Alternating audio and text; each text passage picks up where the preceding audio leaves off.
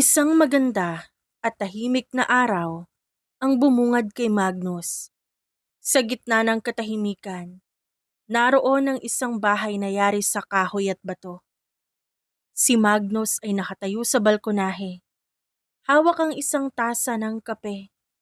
Sa likod ng maamo niyang anyo ay ang katotohanang siya ang leader ng Night Blood, isang mafia gang na kinatatakutan, iginagalang at kinamumuhian ng marami.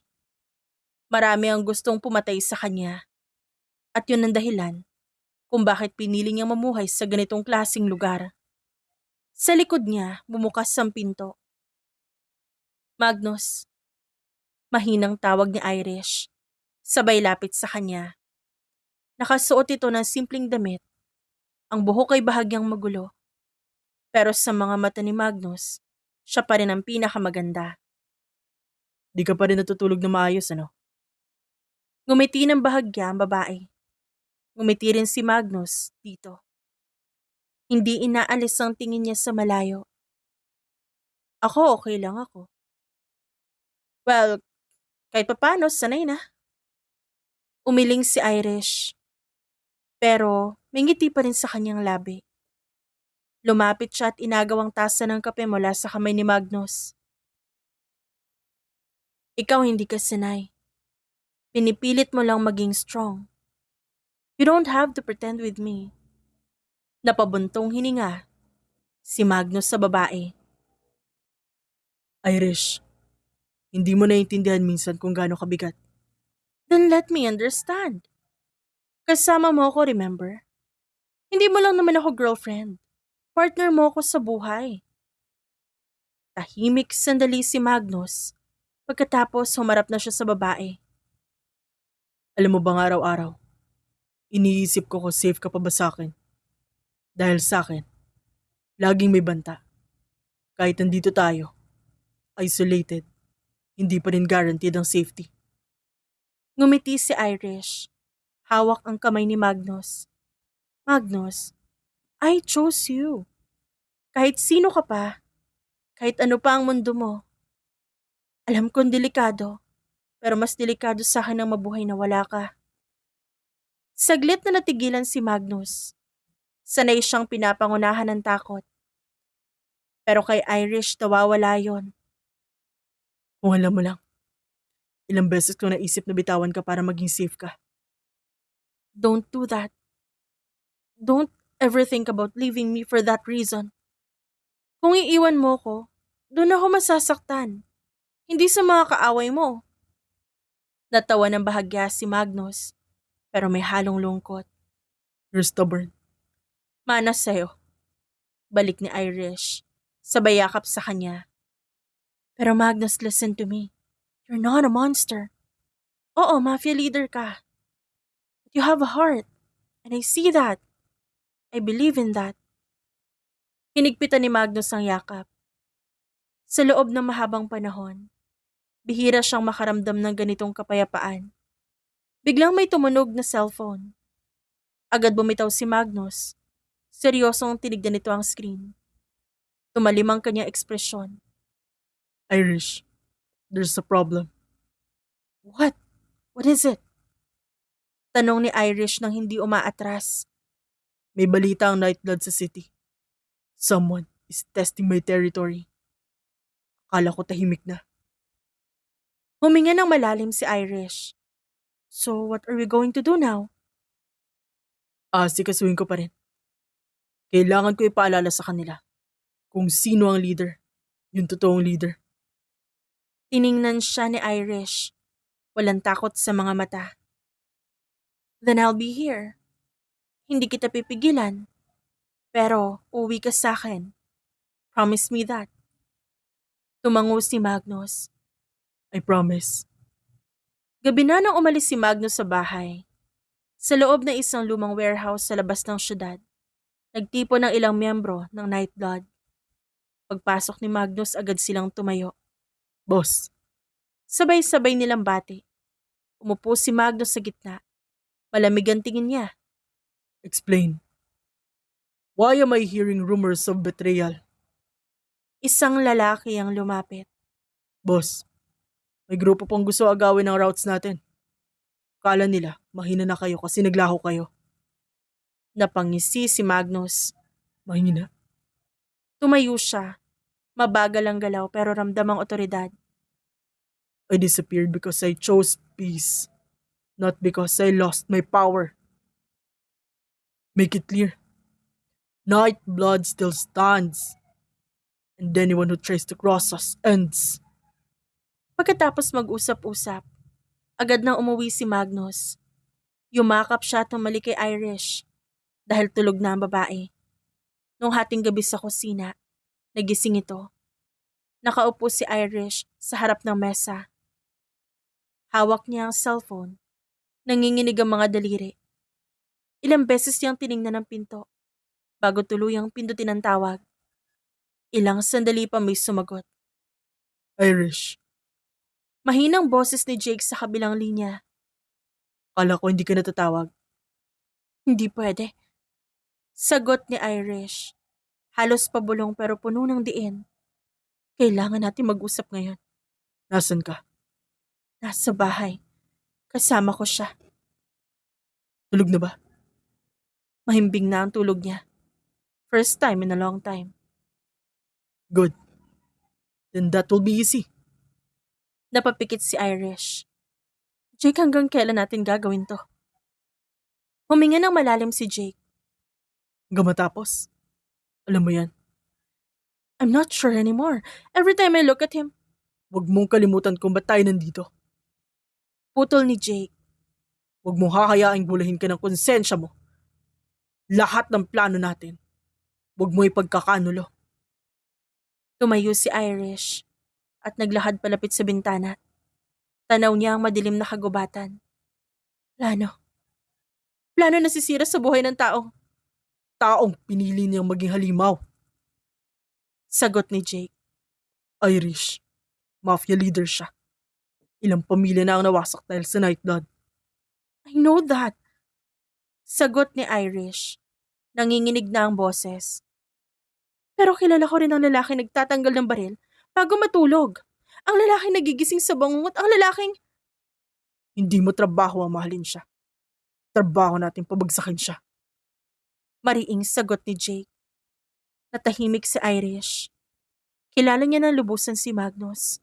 Hindi talaga ito masamang tao. Hindi ito mamamatay tao. Bagkus sila pa ang humuhuli sa masasama at nagpaparusa sa mga hindi karapat-dapat. Pero dahil kay Jake, naguguluhan ang kanyang isipan. Jake, best friend ka niya. You're right. At yun ang dahilan kung bakit magtatagumpay tayo. Napangiti si Irish, pero walang saya. Grabe ka talaga. No, I'm just being practical. Umupo muli si Irish. May galaw ulit ang night blood kanina, alam mo ba yon? Of course. I made sure maririnig niya. So ikaw ang nagpapakalat ng chismis? Napapapikit na sabi ng babae. Hindi chismis. This is a bait. You're using him. We're using him. And look, effective naman, di ba? Pagwawasto ni Jake. Napabuntong hininga si Irish. Nakita ko siya kanina. May dugo ang kamay niya. Bumalik na naman siya sa dilim. Exactly. The more he believes sa kailangan niyang bumalik sa pagiging leader, the closer we are. Closer to what? Sa pagkamatay ng night blood, lalo na si Magnus. Yun naman talaga ang plano natin, di ba? At pagkatapos? Pagkatapos, wala na ang mafia. Wala na si Magnus na siyang kinatatakutan ng mundo. But he's still existing. Tao pa rin siya. Tao na may kasalanan. Punong-puno ng kasalanan. Akala ko handa ako. Akala ko kaya kong gampanan to pero ngayon. Ngayon mahal mo na siya. Hindi sumagot si Irish. Sabihin mo. Mahal ko siya. But that's not the plan, right? Wala talagang lugar ang emosyon sa ganitong laro. I'm not playing anymore. This is his life. Buhay ng maraming tao. Ang nakasalalay dito. Tahimik ulit ang namagitan. Then, anong susunod? Tomorrow, May meeting ang inner circle. I'll make sure. Mapush ang idea na may leak sa loob. Sa loob? What do you mean? Yeah, inside. And guess who? Kung sino ituturo nila. Sino? Isa sa mga loyal kay Magnus. Someone close enough para masaktan siya. Hindi pwede. Hindi ako pumayag sa usapang yan. You don't have to.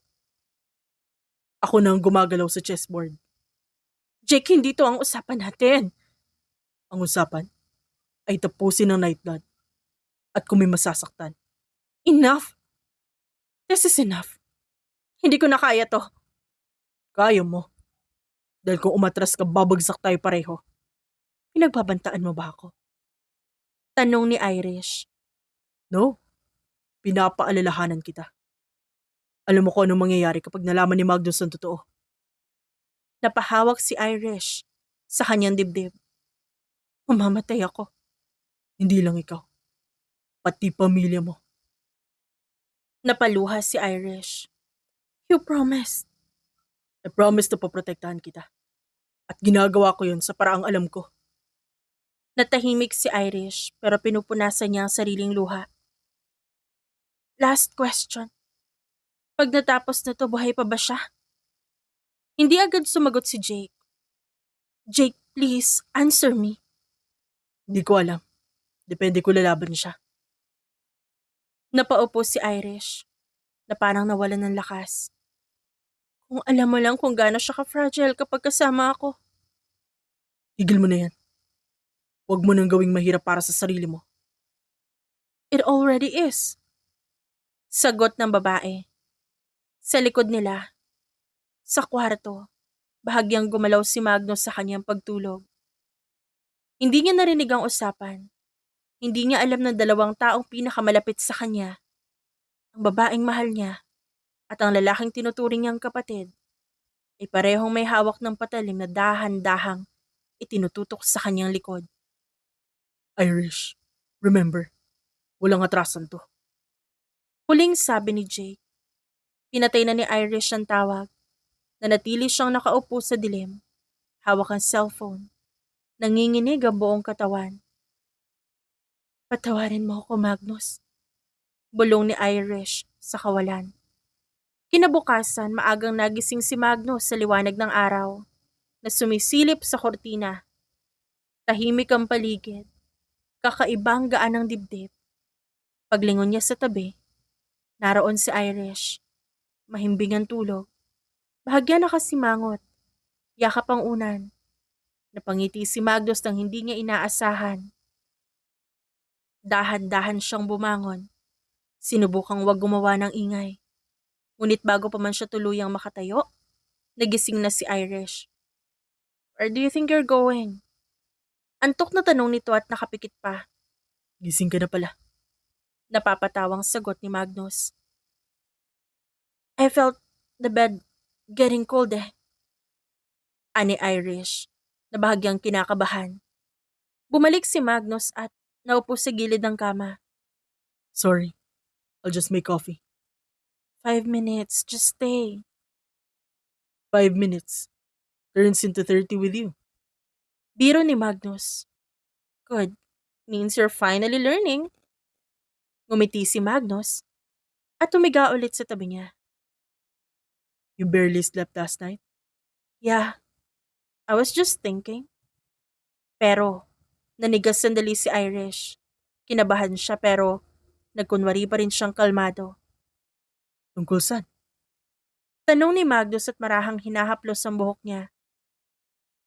About us. About how weirdly peaceful this place feels. Kaya nga kita dinala dito, di ba? Tayo. You didn't bring me here. I chose to be here with you. Still, I'm grateful. Ngumiti si Irish at yumakap sa kanya. Sa kusina, abala si Magnus sa paggawa ng kape, habang si Irish ay nakaupo sa counter. Nakapulupot ang paa at pinapanood siya. You know, kung may award sa pagiging serious habang nagtitimpla ng kape, panalo ka na. Habit. I don't like distractions. Wow, I feel attacked. Huminto si Magnus at tumingin sa kanya. You're not a distraction. Liar. I know I am. Lumapit si Magnus at inilapag ang tasa sa harap niya. Careful. Mainit. Like you? Napailing si Magnus. Bahagyang namula. You're teasing me again? Because you look lighter today. Mas relaxed. Because you're here. Sandaling natahimik si Irish. Magnus. Hmm? Promise me something. What is that?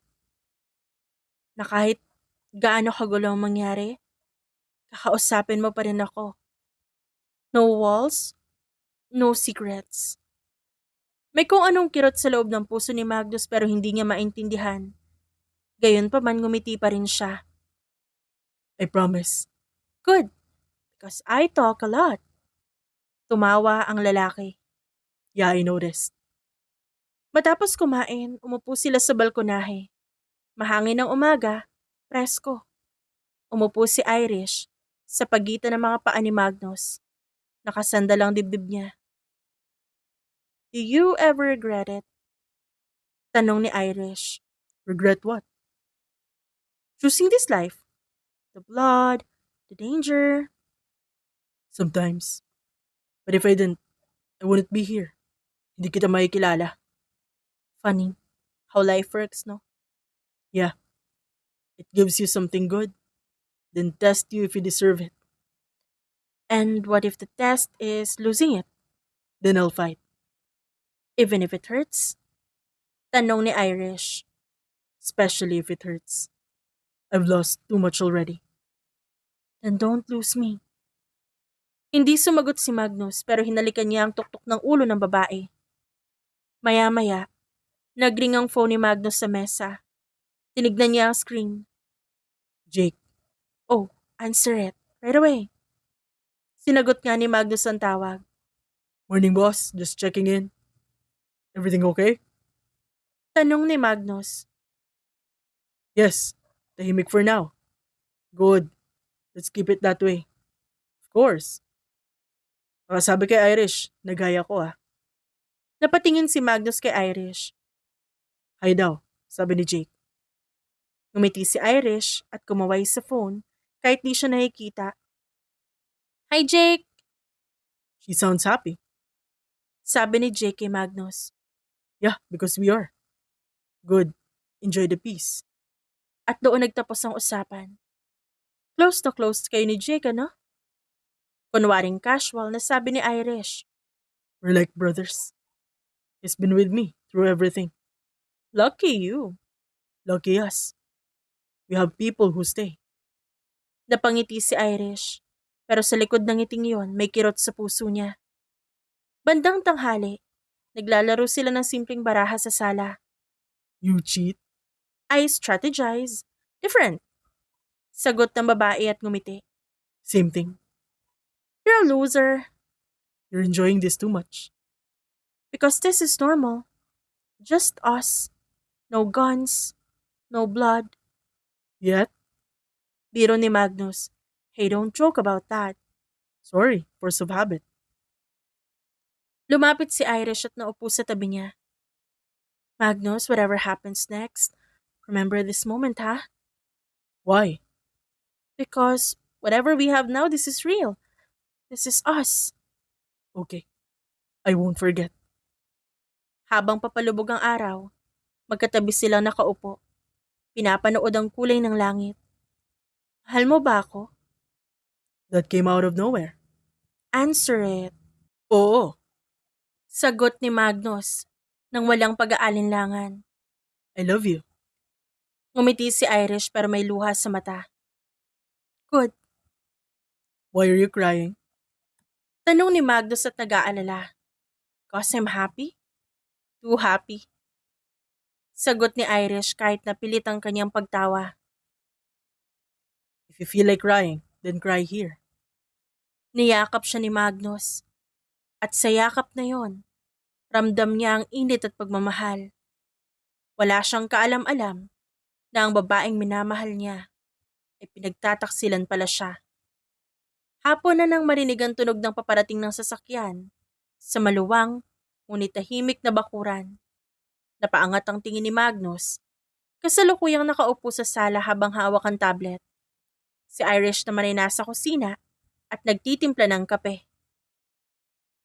May bisita? Tumayo si Magnus at sumilip sa bintana. Isang itim na SUV ang dahan-dahang huminto. Wala itong plaka, pero may Standard Night Blood Protocol. Hindi bisita. Backup. Backup? You didn't tell me. Hindi rin ako nasabihan. Mukhang desisyon ng team. Bumukas ang pinto ng SUV. Isang tao ang bumaba. Nakasuot ng itim mula ulo hanggang paa. Combat boots, fitted jacket, gloves, at higit sa lahat nakamask. Hindi yung simpleng takip lang. Tactical mask. Walang bahid ng emosyon. Lumapit ang tao sa pintuan. 3 beses itong kumatok. Binuksan ni Magnus ang pinto. Yes. Malamig niyang tanong. Sir. Mababang boses ang sumagot. Bahagyang paos. I'm Marian. I was assigned as your new bodyguard. Napatingin si Magnus. Mula ulo hanggang paa ng estranghero. Assigned by whom? Inner Security Unit. Direct order. Temporary reassignment. Temporary?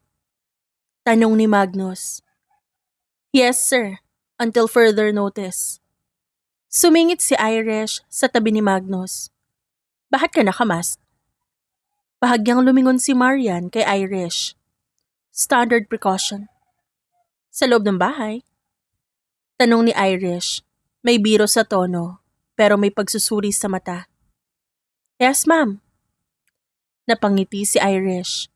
Wow, strict. Tumahimik sandali si Magnus bago nagsalita. Come in. Pumasok na si Marian. Diretso ang kanyang tindig, alerto ang bawat galaw. Para siyang handang laging umatake. Sit down.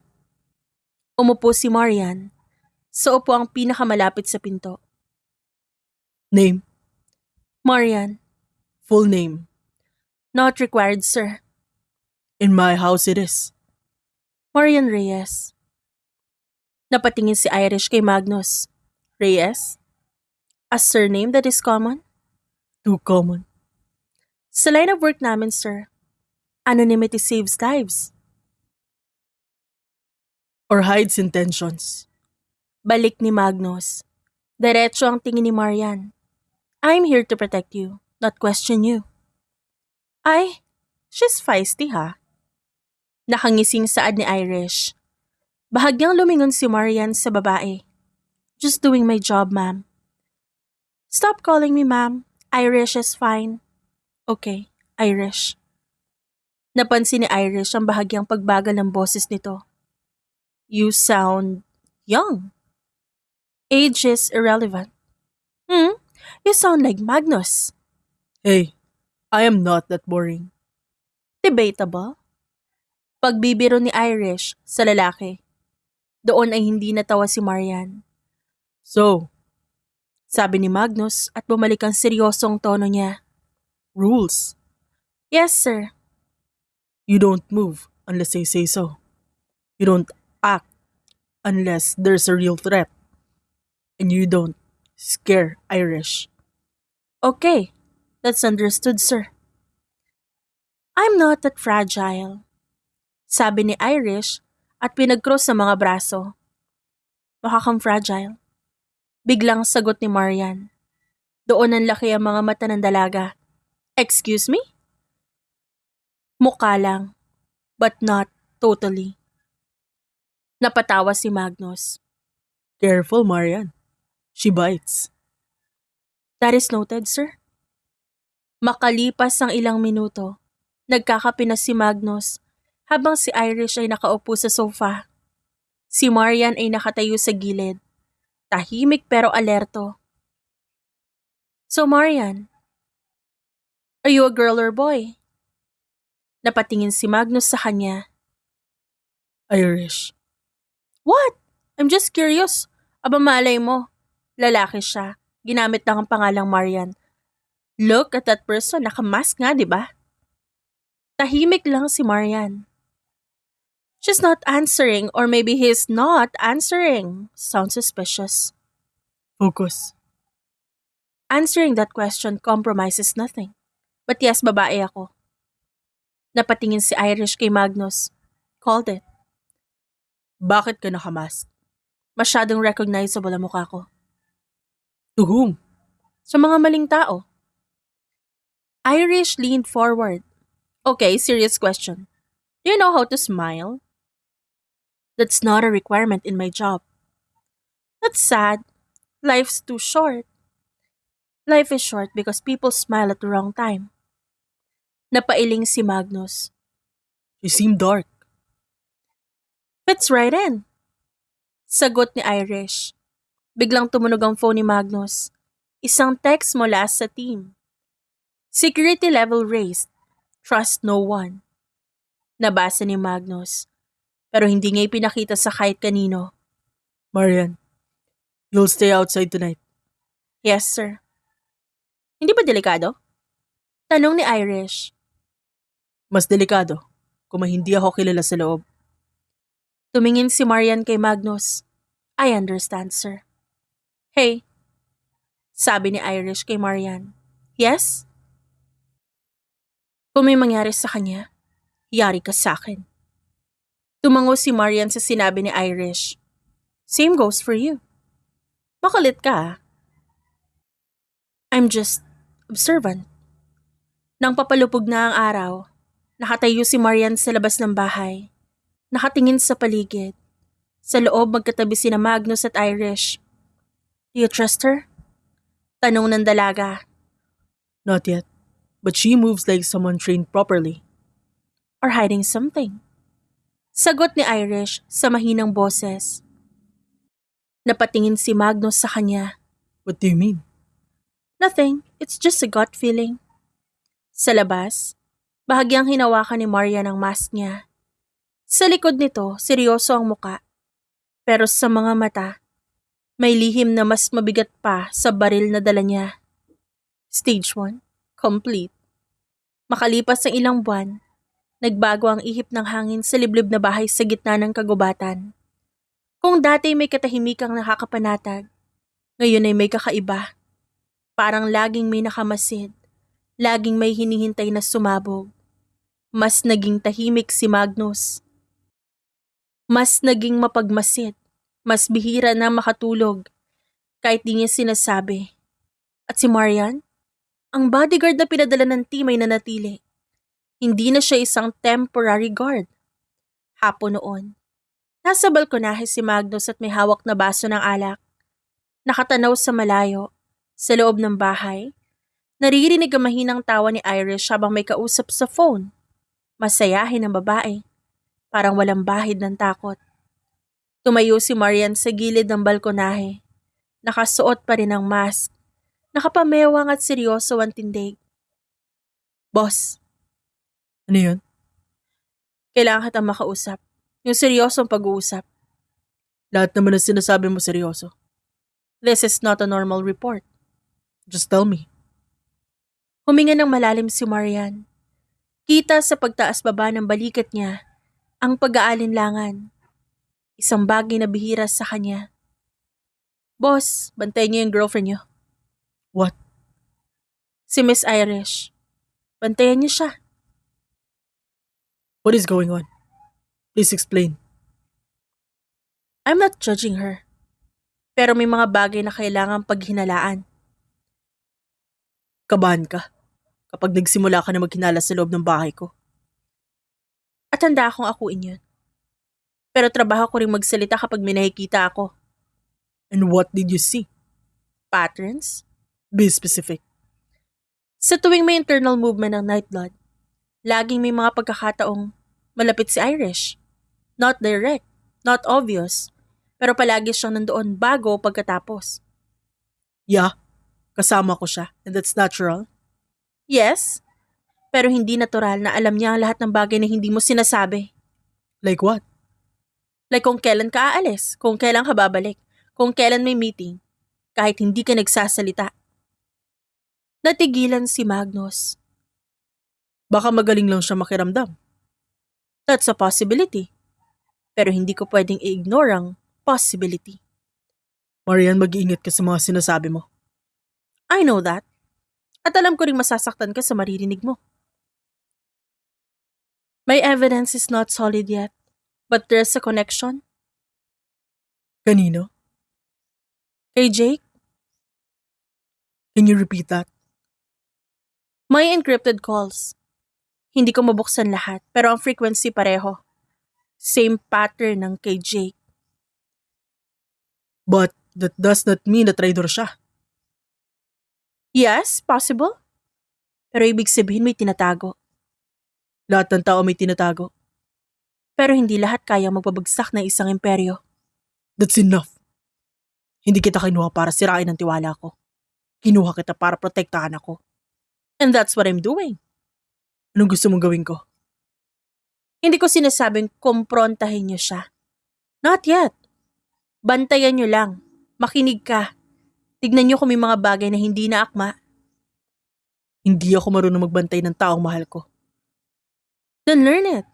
Dahil kapag hindi, baka masaktan kayo ng mas malala.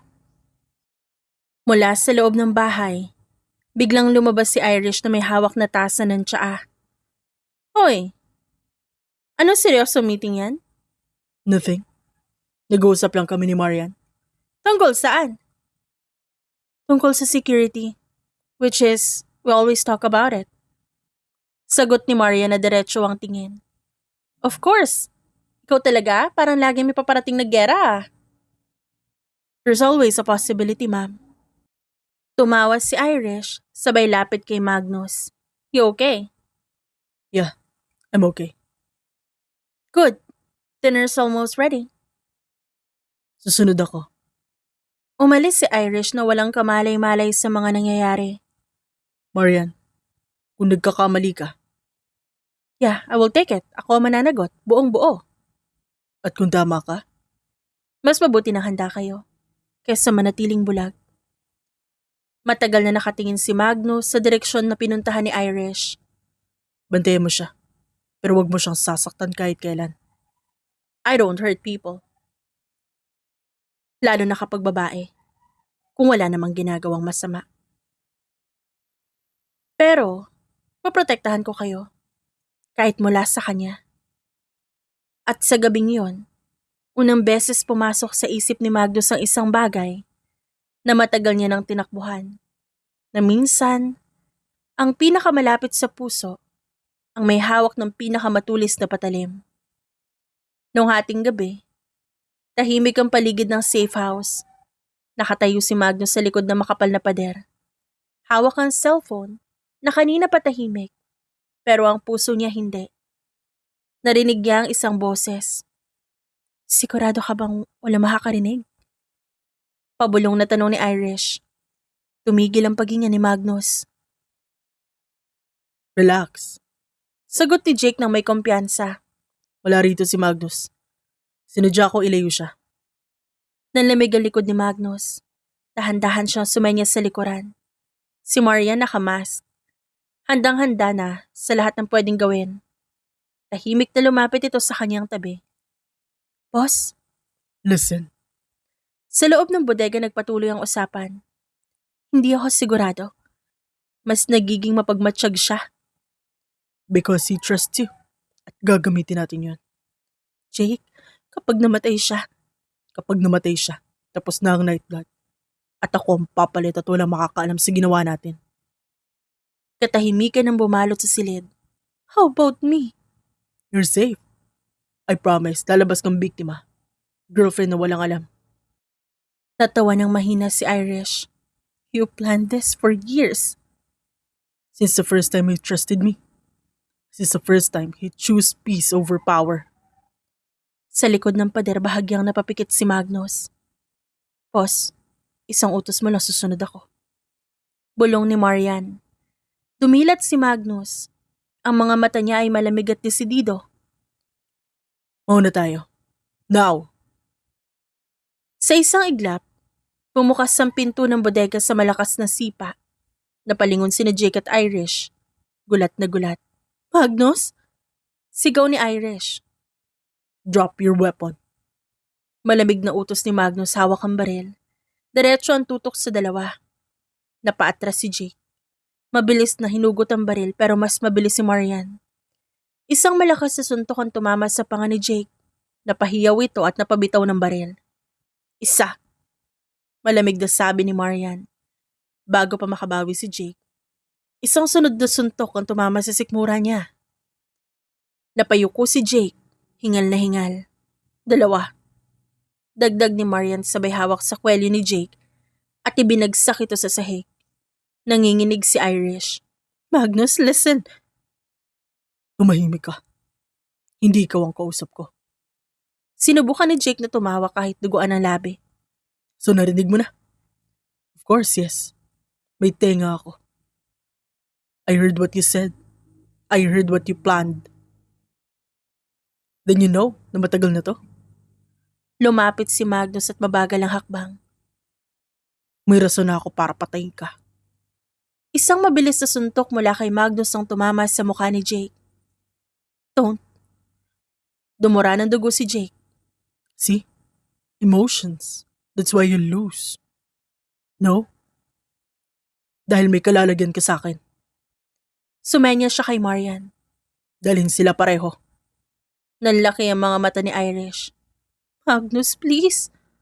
Lumapit si Magnus sa kanya sa wakas. For how long? Gaano mo na ako katagal niloloko? Matagal na. Si Jake ang sumagot para sa kanya. Isang sipa ang pinakawalan ni Marian at tinamaan ang tagiliran ni Jake. Tumahimik ka. Aniya sa lalaki.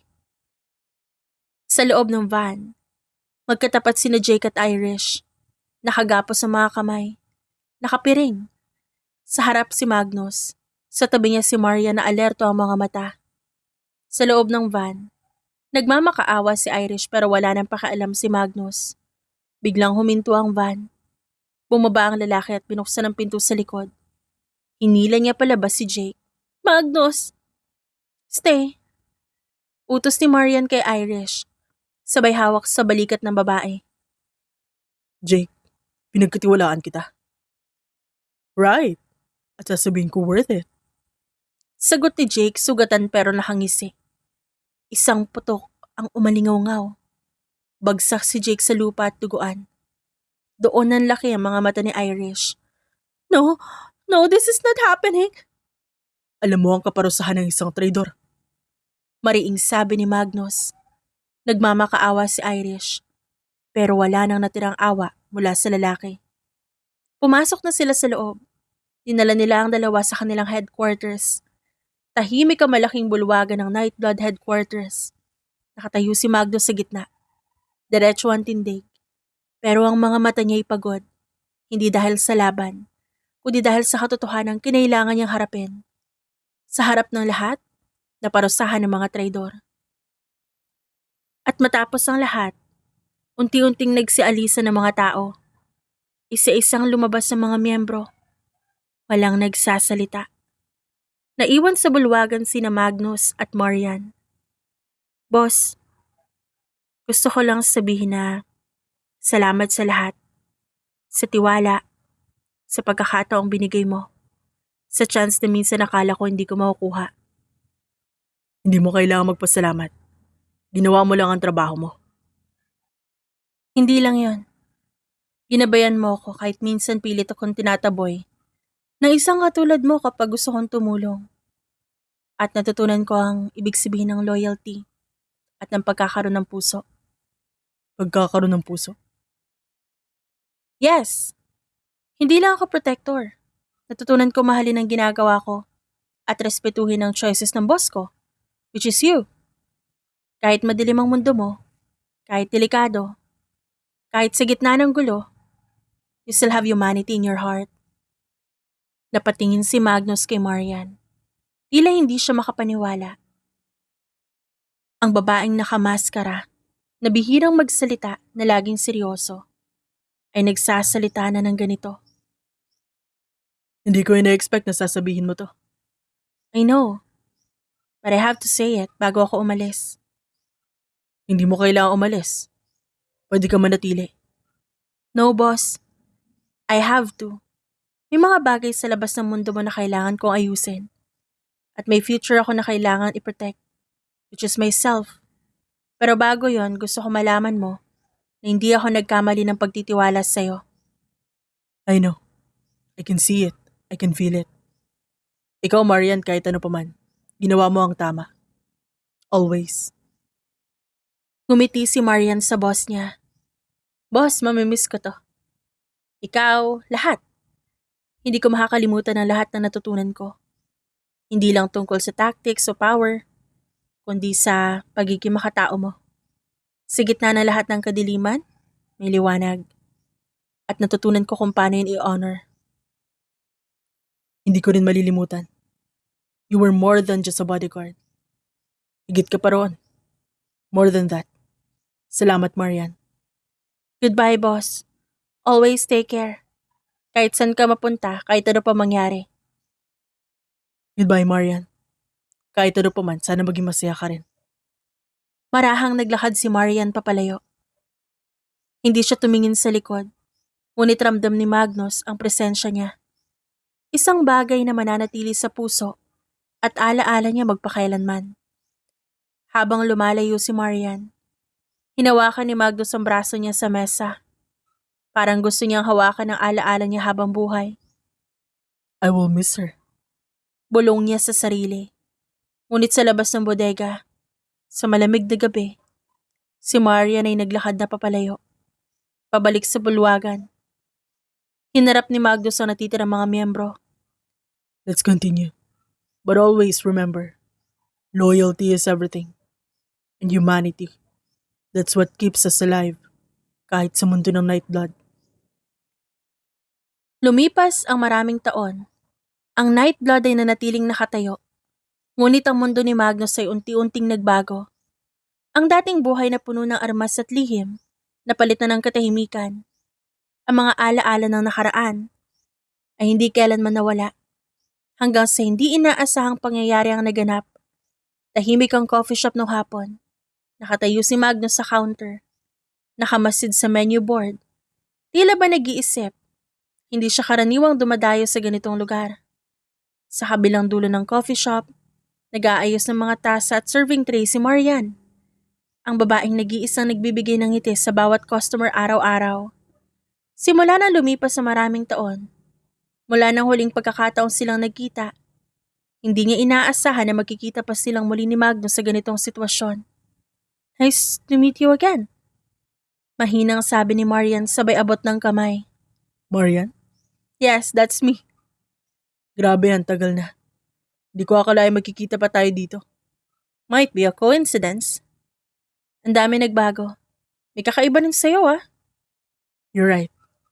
Matagal na panahon na nakalipas. At natutunan ko na hindi lahat ng bagay sa buhay kailangang harapin. May mga bagay na kailangan lang tanggapin.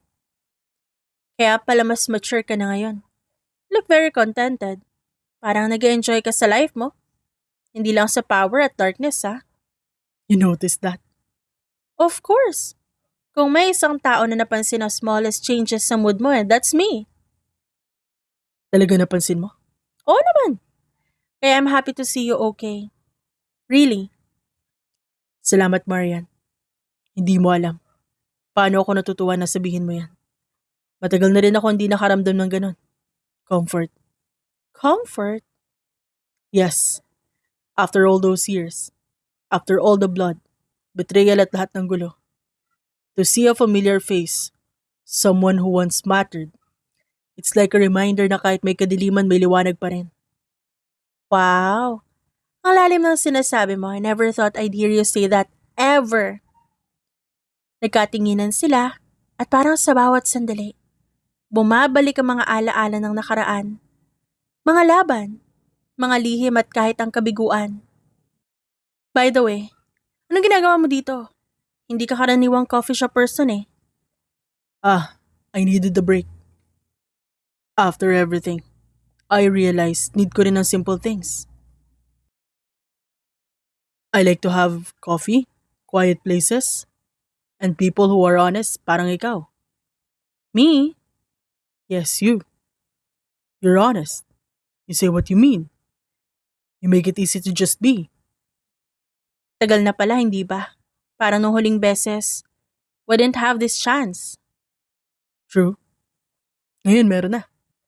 At gusto ko samantalahin yon. Gusto mo rin ba, Magnus, na magkwentuhan tayo na matagal? Para malaman natin ang bawat detail ng buhay ng isa't isa? Definitely. I think I need that. I want that. Tumango si Marian sabay upo sa stool malapit sa kanya. So ano nangyari sa'yo sa mga nakalipas sa taon? Marami. Pero simpleng work lang naman. Work life, coffee customers. Pero sometimes I think about the past. About you. About the choices we made. The mistakes. And I wonder if things had been different.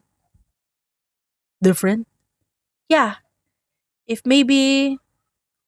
life didn't have all the chaos, the night blood, the fights maybe things would have been easier. But then again, I guess we are who we are because of it. True. And you? You turned out amazing. Even after all those years, you're still you, but stronger. Salamat. I think I learned from the past too. Learned about loyalty, trust, and sometimes letting go. Kaya ngayon, mas masaya ako eh. I like this version of you. I like it a lot. Mukhang gusto mo ring makita ako na happy ah. Of course. I want to see you happy. I want to see you living your life without shadows, without fear. Everything feels right. And I want more of these moments. Moments with you. Talking, laughing, sharing, without the chaos. Then I guess we start with coffee and see where it goes. Yes? Let's start with coffee.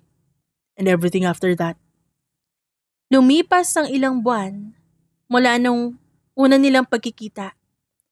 At kung may isang bagay na naging malinaw kay Marian, yun ay hindi aksidente ang pagdalaw ni Magnus sa coffee shop.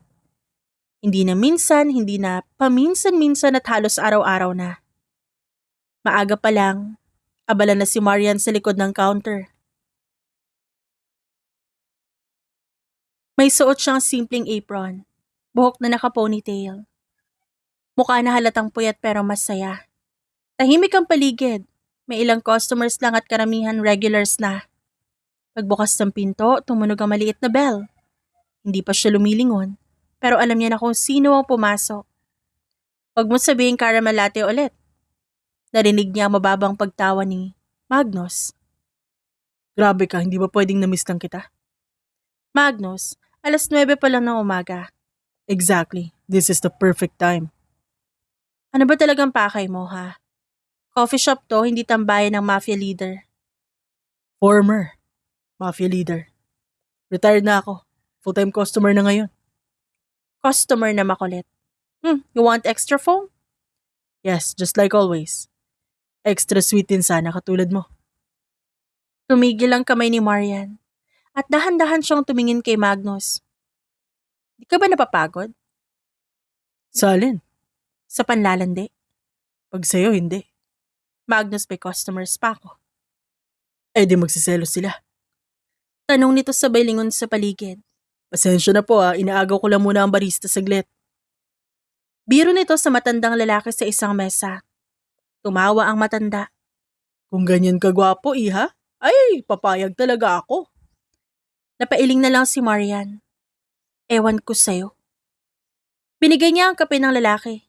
Ayan, umupo ka na at mag-behave ka doon. I'm always behave.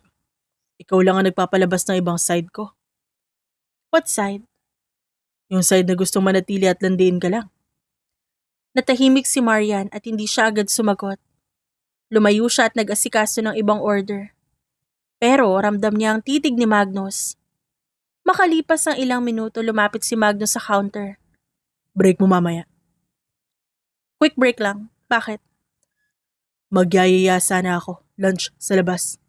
Magnus, Hindi date. Kwentuhan lang, promise. hindi ka marunong sumunod sa pangako mo. Aminado ako but I'm trying. 30 minutes lang at dito lang sa tabi. Okay, deal. Sa maliit na karinderya sa tabi ng coffee shop sila umupo. Di ka sanay sa ganito, di ba? Hindi. But I will try. Para sa'yo. Why would you do that? Kasi kasama kita. Magnus. Relax, I'm not pressuring you. I'm just saying. Pero kasi, alam mo naman ang past mo. Ang mundo mo at hindi basta-basta ang pumasok doon. Hindi na yun ang mundo ko ngayon. At kung may babalik mang gulo, hindi kita idadamay. But you're here. Kasi pinaglalapit tayo ng tadhana. Ang landi mo talaga. Sa'yo lang. At delikado yan. Alam ko, but worth it. Pagbalik nila sa coffee shop, umupo ulit si Magnus sa paborito niyang pwesto. Si Maria naman ay naglilinis ng counter. Mamaya ulit. Anong mamaya? Babalik ako, baka mamiss mo ko. Feeling mo? Kinabukasan iba ang simoy ng araw kay Magnus. Maaga siyang gumising para sa isang business meeting kung saan makikipagkita siya sa coffee shop na pinagtatrabahuhan ni Marian dahil naroon ang ka-meeting niya. Sa kabilang banda ng lobby, nakaupo si Marian na panay sulyap kay Magnus habang may kausap sa meeting. Hindi niya alam kung anong klaseng pag-uusap yon. Ang alam niya lang business deal. Pero habang pinagmamasdan niya si Magnus na kausap ang 3 taong nakasuit din, 2 lalaki at 1 babae, unti-unting sumisikip ang kanyang dibdib. Lalo na nang mapansin niya ang babae. Matangkad dito, elegante at confident. Masyadong malapit kay Magnus. Masyadong sanay kung umiti kay Magnus. Busy ka ba? Tanong ng barista na kasama ni Marian pero hindi siya narinig. Nakatutok ang mga mata niya sa binata. Kung paano ito bahagyang yumuko para makinig. Kung paano ito tumawa. Kung paano ito tinapik ng babae sa braso. Ba't kailangan niyang hawakan? Ganun ba talaga pag negosyo? Teka, oo, sorry. Okay lang. Sa meeting naman ay seryoso ang lahat lalo na si Magnus. This partnership could either save us or destroy us. Sabi ng isa sa mga lalaki. Magnus crossed his arms. I don't do partnership that come with hidden knives. Still sharp, Magnus I like that. Tumatawang sabi ng babae. This is business, nothing more. Ngumiti ang babae parang may ibig sabihin. We'll see. Makalipas ang 1 oras, lumabas si Magnus. Diretso ang lakad niya papunta kay Marian. May bahid ng pagod sa kanyang mga mata, pero may ngiti sa labi. Yung ngiting para lang sa kanya. Tara, tapos na. Okay. Tumayo si Marian at nagsimulang maglakad. Ngunit napansin agad ni Magnus ang kakaiba sa babae. Are you okay? I'm okay. Naglakad sila palabas. Tahimik ang namagitan sa kanilang dalawa. At hindi sanay si Magnus. Si Marian ang laging may kwento, may tanong at may puna. Did I do something? Nothing, let's just go. Tahimik ang biyahe pa uwi. Si Marian ay nakatingin sa bintana. Magkakross sa mga braso at halatang may dinaramdam. Si Magnus naman ay pasulyap-sulyap sa kanya. Pilit inuunawa ang katahimikan. Marian, talk to me. Ngunit hindi sumagot ang babae. Kung may nagawa man ako mali, sabihin mo, hindi ako manghuhula. Hindi mo naman kailangan manghula, obvious naman. What's obvious? Yung mundo mo, yung ka-meeting mo. What do you mean? Don't play dumb. Kita ko kung paano siya tumingin sa'yo. Kung paano kanya hinawakan. Nang mapagtanto ni Magnus ang nangyayari, napatawa siya. Pero hindi dahil sa biro kundi dahil sa gulat. Are you jealous? Hindi ako selosa. Aha, sure. Magnus, I'm serious. Okay. Pag-usapan natin. I don't want to. Pero gusto ko. Pag-usapan natin kasi ayoko umuwi tayo ng ganito. Business lang yun, walang personalan. Walang kung ano man. Pero sanay na sanay ka. Sanay ka sa ganyang mundo, sa ganyang klaseng babae. Yes. Pero hindi ako sanay na wala ka. Hindi mo ako pinapansin ngayon. Mas masakit pa yun kaysa sa kahit anong tama ng baril. I'm not ignoring you. I'm just thinking. Thinking of what? Kung hanggang saan ako sa buhay mo. Marian, hindi kita dinadala sa mundo ko para gawing option. Dinadala kita kasi ikaw ang pahinga ko. Look at me. I don't want to. You're so stubborn. Lalambingin kita kahit ayaw mo. Magnus. Too late. Inilapit ni Magnus ang noo niya sa gilid ng ulo ni Marian. Sorry. Kung naramdaman mong hindi ako sigurado. Wala lang yun. Ikaw nga ang nagugustuhan ko. Promise? Promise. At kung gusto mo next meeting, hindi ka nalang nandun. Itatabi kita sa akin. Natahimik sandali si Marian bago marahang hinigpitan ng hawak sa kamay niya. Di pa rin kita papansinin. Napangiti na si Magnus. Okay lang, sanay ako sa slow burn. Makapal talaga mukha mo, no? At least ngayon alam ko akin ka. Lumipas ang 5 taon. Pinili ni Magnus ang manatili, maghintay at magmahal ng walang kondisyon. Pinili naman ni Maria na magtiwala. Magbukas at yakapin ang mundo minsang kinatatakutan niya. Naging masaya ang buhay nilang dalawa mag-asawa. At hanggang ngayon hindi sila makapaniwala na sila nga nagkatuluyan. Maaga-maaga pa lang magulo na ang bahay. Papa, gising na! Isang maliit na katawan ang tumalon sa kama. Diretsyong dumagan sa dibdib ni Magnus. Napaungol si Magnus sa sakit. Good morning din sa'yo, anak. Tumawa ang batang lalaki. 4 na taong gulang, kulot ang buhok at parehong mata na katulad kay Magnus. At may isang ngiti na katulad ng kay Marian. Mula sa pintuan, nakasandal ang babae. May hawak na mug ng kape. Naka-oversized shirt si Magnus. Ngumiti siya habang pinapanood ang mag-ama. Anak, ilang beses ko nang sinabi sa'yo na huwag kang tatalon sa papa mo. Sabi niya strong siya. Sagot ni Lucas sabay turo sa ama. Napailing si Magnus. Ikaw talaga magpapabagsak sa akin hindi ka away ko. Breakfast in 5 minutes at ikaw? May meeting ka pa ba ngayon? Baling nito kay Magnus. Wala, it's a family day. Really? Hindi ko ipagpapalit yan kahit kanino. Papa, promise mo yan ha? Promise. Scout's honor. Hindi ka naman scout. Pwede na. Husband's honor. Napailing si Marian pero halatang masaya siya. Tara na, bago pa masunog ang itlog. Sa dining table, hindi nawawala ang ingay. Papa, ba't lagi kang naka-black?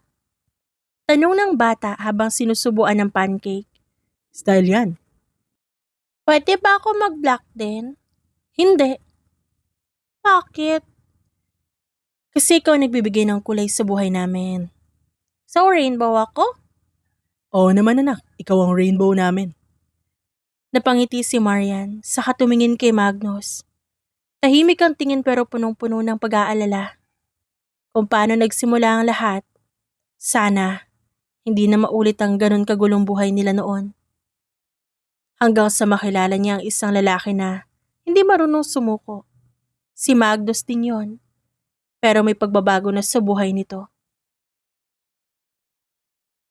Love, salamat Para saan? Nung naliligaw ako, hindi ka napagod. Because I know at some point you're worth it. At nagkaroon pa sila ng pagkakataon na magkwentuhan sa araw na yon. Tuwang-tuwa naman ang anak nilang si Lucas habang nagkukwentuhan ng kanilang pamilya. Si Lucas ay ngumiti habang niyayakap ang kanyang mga magulang. Nagkatinginan sina Marian at Magnus sa isa't isa.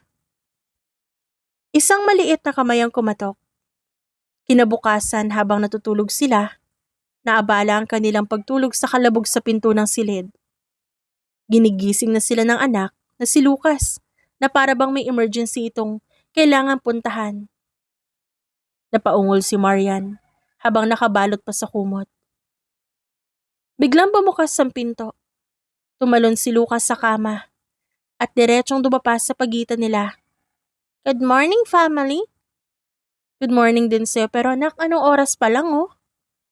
6 na umaga? Di pa kayo gising kaya ginising ko na kayo. Anak, alarm clock ka ba namin? Opo, ako si Lucas. Sabay na sabi ni Magnus at Marian. Bakit ba ang aga mo nagising? Because may mission tayo. Ano mission? Tanong ni Marian at kinakabahan. Gutom na ako. Critical mission nga. Very critical. Sa kusina, masigla si Lucas. Si Marian naman ay nagtitimpla ng kape. Habang si Magnus ay nagluluto. Papa, ba't ikaw ang nagluluto? Kasi mama mo ang boss. Hindi totoo yan. Teamwork tayo dito, di ba?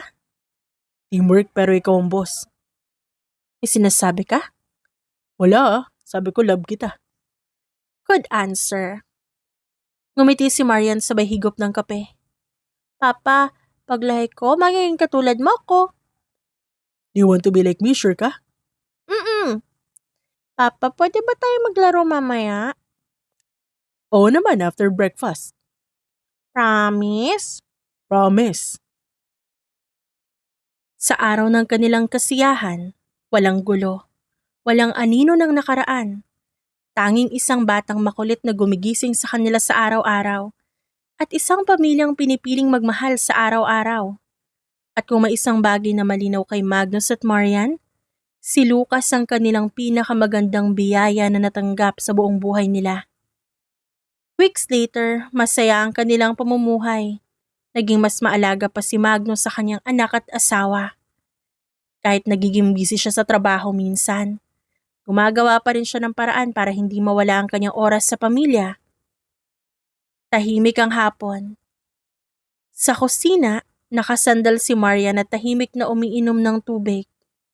Nagkukwentuhan silang mag-asawa hanggang sa lumapit ang kanilang anak at biglang nakikwento na rin. Natawa naman si Magnus sa mga kinukwento ng kanilang anak patungkol sa mga laruang gusto nito, sa mga experience na naranasan nito. Hanggang sa mapagod si Lucas at dinala na nila sa silid para makapagpahinga ang bata. Sa mga oras na yon, hinawakan ni Magnus ang kamay niya. From darkness to this.